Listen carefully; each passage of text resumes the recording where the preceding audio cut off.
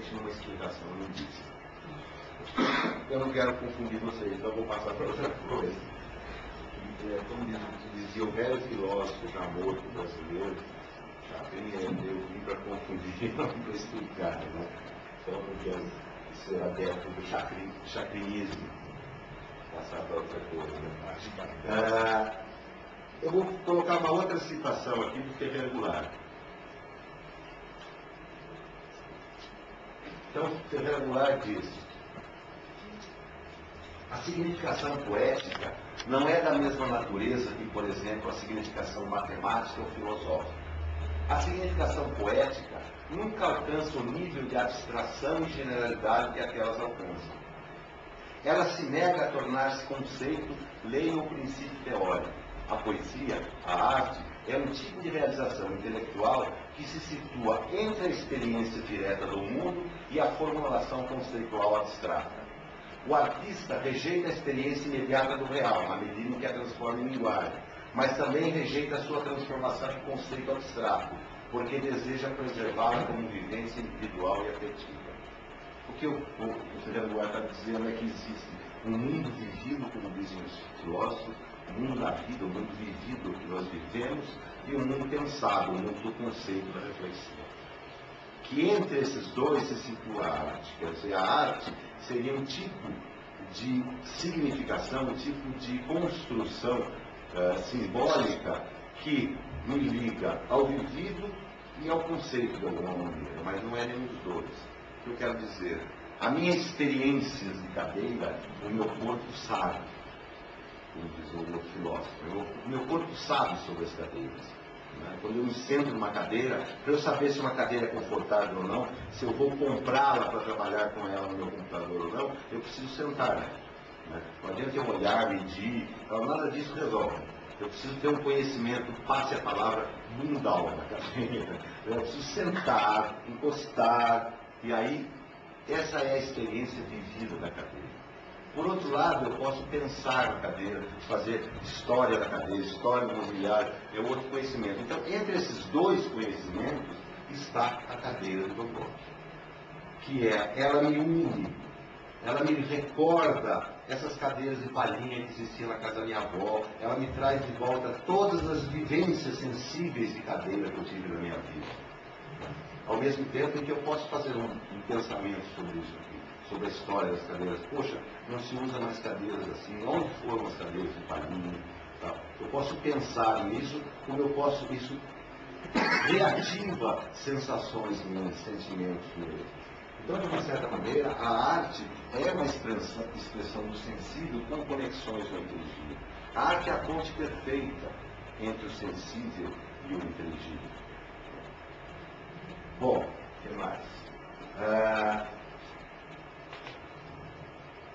Uma outra coisa, acho que muito importante que a arte faz com a gente é em relação a alguma coisa que lá atrás, em 1980, não é em 1927, que o personagem do Chico Anísio, lá em 1985, por aí, eu escrevi um testículo com X, que é beleza, onde eu falei, poxa, criar uma expressão que é o como ser. Isso tem a ver com o que ocorre com a gente frente a uma obra de arte, frente a uma experiência estética. O que ocorre é que a qualidade dos sentimentos do espectador frente à obra é distinta de sua qualidade na existência no dia a dia. De certo modo, os sentimentos se dão ali com o caráter de como ser, isto é, como se fossem os mesmos da vida prática. A tristeza que sinto face à morte de uma personagem no teatro é diferente da que sinto por ocasião da morte de um amigo. Na experiência estética, estamos frente a um símbolo, e o que sentimos guarda também essa qualidade simbólica. Quer dizer, o que a arte faz com a gente é levar a gente para o mundo do como ser. Tem um filósofo que fala que a experiência estética frente à arte implica que a gente suspenda a descrença. Nós temos que acreditar no que nós estamos vendo. A gente tem que jogar um jogo quase de criança, um jogo do como ser. A arte permite que eu vivencie sentidos e sentimentos como se fossem reais. Eu estou sentado no cinema e eu sei o que está acontecendo ali. Por mais envolvido que eu esteja com o filme, por mais ligado ao que está acontecendo no palco do teatro, por mais sofrendo que eu esteja com aquilo, ou mais alegre que eu esteja com aquilo, em algum lugar de mim existe a certeza, existe o conhecimento de que aquilo é um jogo de como ser. Senão seria um surto psicótico. Um surto psicótico a gente perderia essas noções. Então, em algum lugar de mim, eu sei que eu estou brincando. Eu sei que eu estou jogando o jogo do como ser. Então, a arte é alguma coisa que permite um conhecimento da gente mesmo, dos nossos sentimentos, dos nossos sentidos e do sentido do mundo, através desse jogo do como ser. De uma certa maneira, a experiência estética é uma experiência de vivência, mais que um modo de como ser.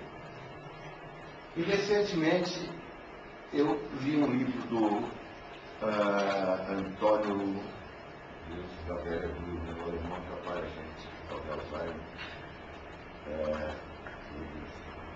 Antônio Damasio.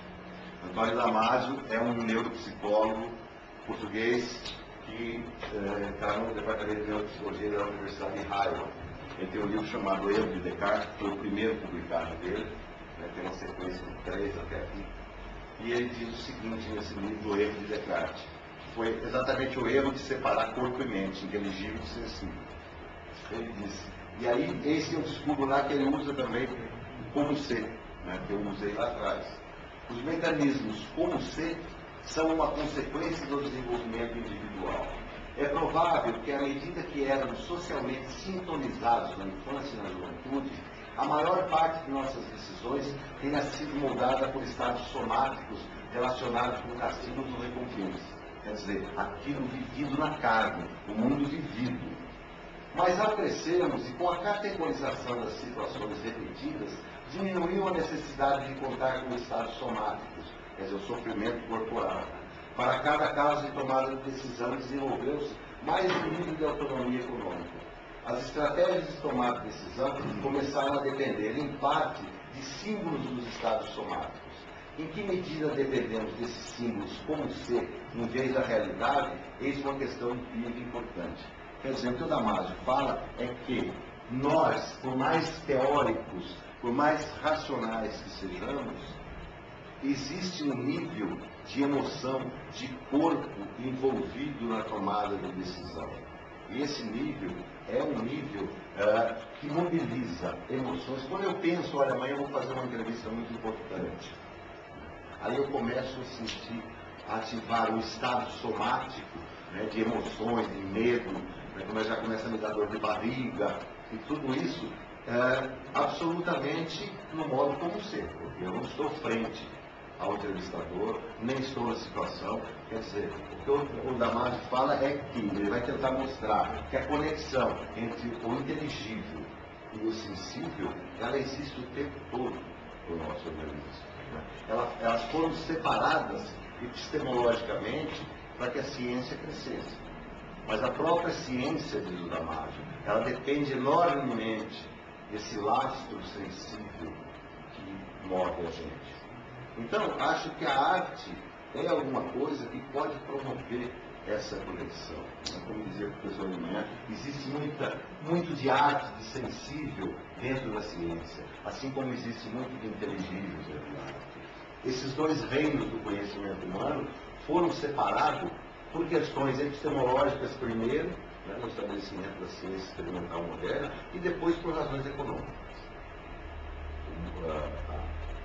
A exploração econômica dessa separação sempre foi muito importante para todos os campos. Também não dá para fazer essa reflexão aqui. Mas essa conexão, essa individualidade sensível e inteligível do ser humano, ela foi separada artificialmente. E hoje, acho que a gente, com um trabalho como o do Antônio Damasio, de outras pessoas, esse grupo de arte e ciência, as pessoas estão buscando essa reintegração, voltar a esta conexão que, de certa maneira, a gente aprende dentro da universidade que ela não existe. Você, ao ser um cientista, você tem que ser absolutamente racional, objetivo. E os dados qualitativos não interferem no seu pensamento quantitativo.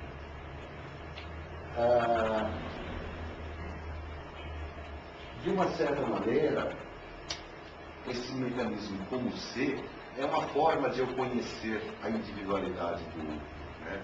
Conhecer o outro enquanto indivíduo.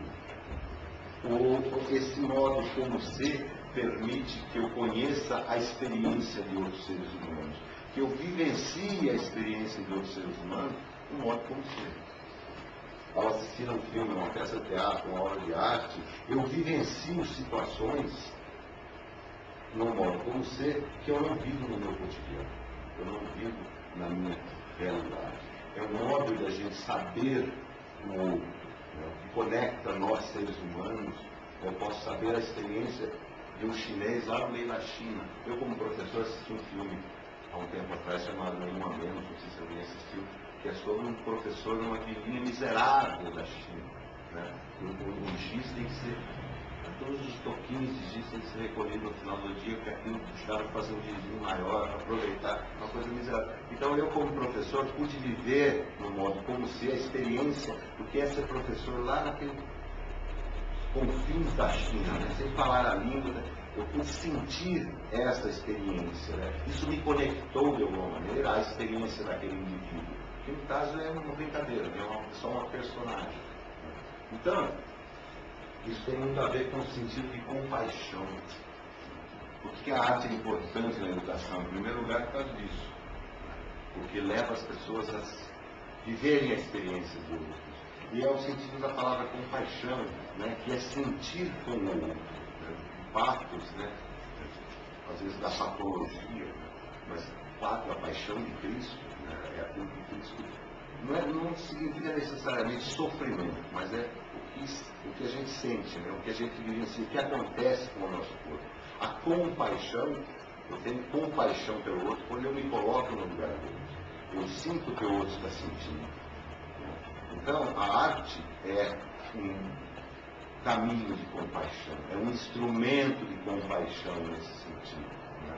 A arte me educa sensivelmente para compreender o próximo. Então, nesse sentido, né, terminando, a arte e a ciência, para mim, são duas coisas complementares, altamente conectadas, né, no nível mais fundamental, que é o nível da existência humana, do corpo humano. Quer dizer, o sensível e o inteligível estão conectados em nós. A sua separação é só uma separação metodológica e forçada, né, com muito treino para que seja estabelecido. Consegui, né?